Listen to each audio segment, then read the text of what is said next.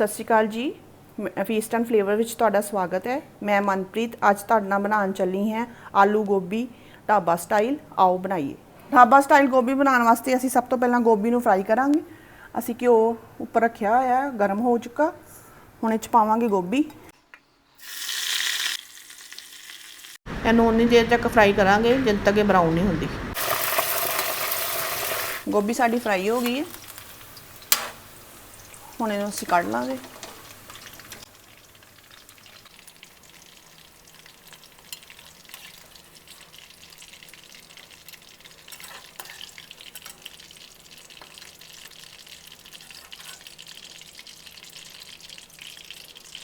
हुण पावांगे असीं आलू। आलूआं नूं भी अच्छी तरह फ्राई कर लांगे।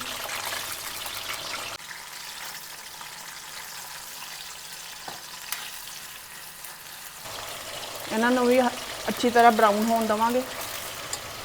आलू साडे फ्राई हो गए। हुण इन्हां नूं असीं कढ लांगे।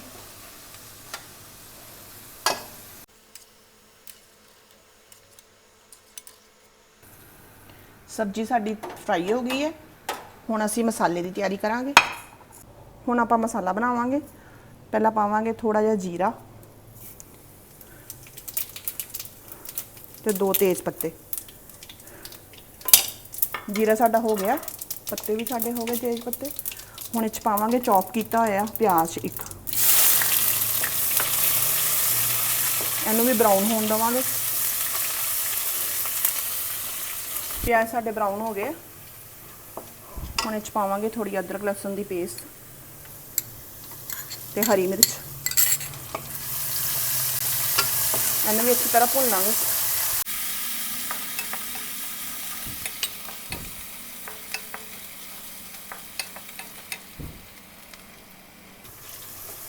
हुण पावांगे विच सुक्के मसाले,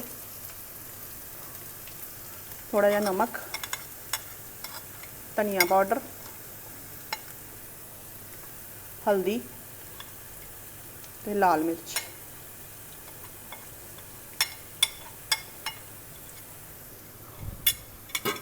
इहनूं अच्छी तरह भुन लांगे। हुण पावांगे असीं टमाटर, 3 ਤੋਂ 4 टमाटर लए होए आ, उन्हां दी असीं प्यूरी बना लईए।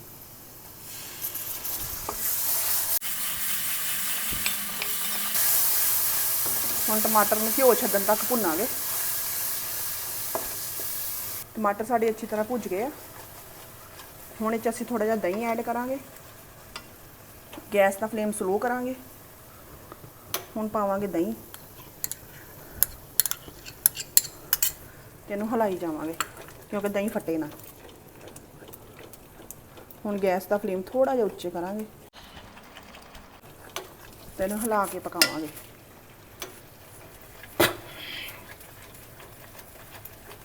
हुण साडा दही भी भुज गया, मसाला अच्छी तरह घिओ छड्डण लग पिया।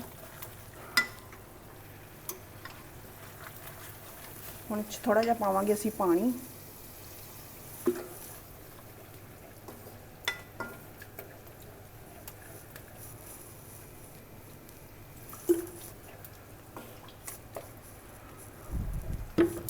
थोड़ी देर ग्रेवी नूं असीं पकावांगे ढक के।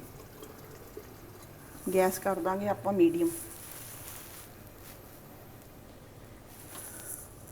5-6 मिनट पकावांगे, उस तो बाद विच सब्जी पावांगे। हुण असीं ग्रेवी नूं चैक कर लांगे। ग्रेवी ने भुज गई है, घिओ छड्डना शुरू करता।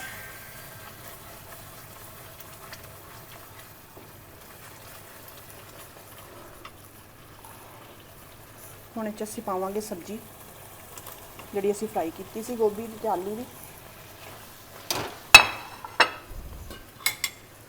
उत्तों पावांगे गर्म मसाला। हुण इहनूं अच्छी तरह मिक्स करांगे।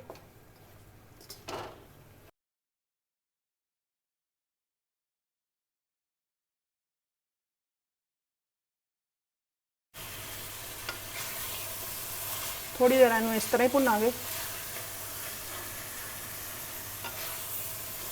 आपां धनिया पावांगे। अच्छी तरह मिक्स कर देंगे।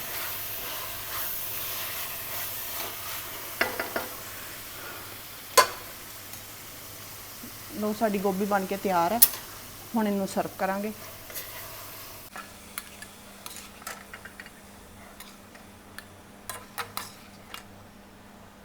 ਹੁਣ ਇਹਨੂੰ ਗਾਰਨਿਸ਼ ਕਰ ਦਾਂਗੇ ਧਨੀਆ ਨਾਲ।